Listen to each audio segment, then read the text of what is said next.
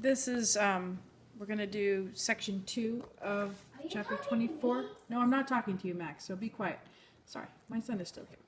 So, we're going to do the section 2. We're going to go from 2 to where it says 3, where kum is.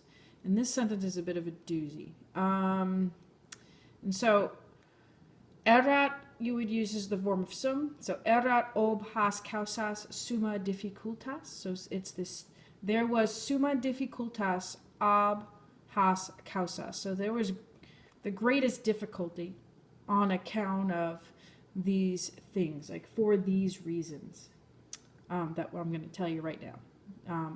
And now he's going to tell you why. And the subject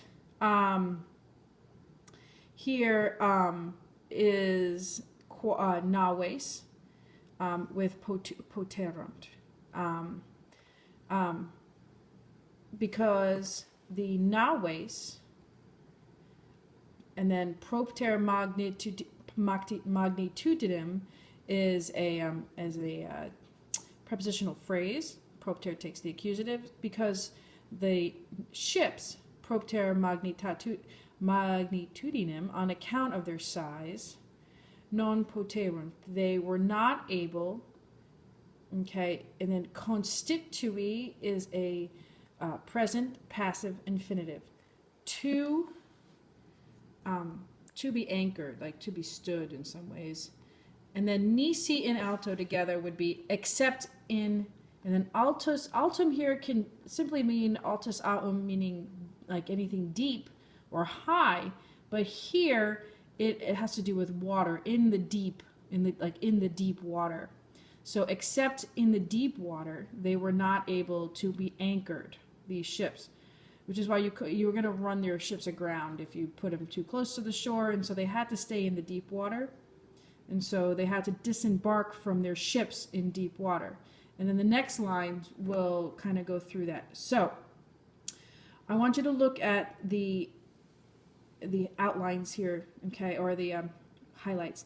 Militibus goes with oppressis, okay.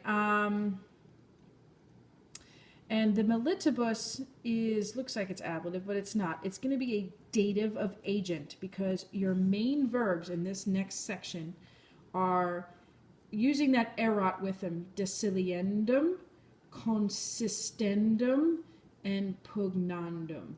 And what you have here with the verb to be, and these are gerundives, is a passive periphrastic or gerundive of obligation. So literally it means it had to be, whatever these verbs are, by the soldiers, which is a little unwieldy.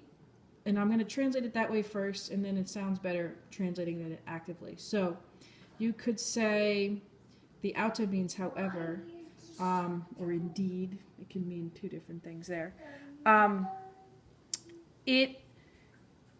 It must be jumped down. That's what decilio means. It must be jumped down de navibus, from the ships, by the soldiers, having been pressed down.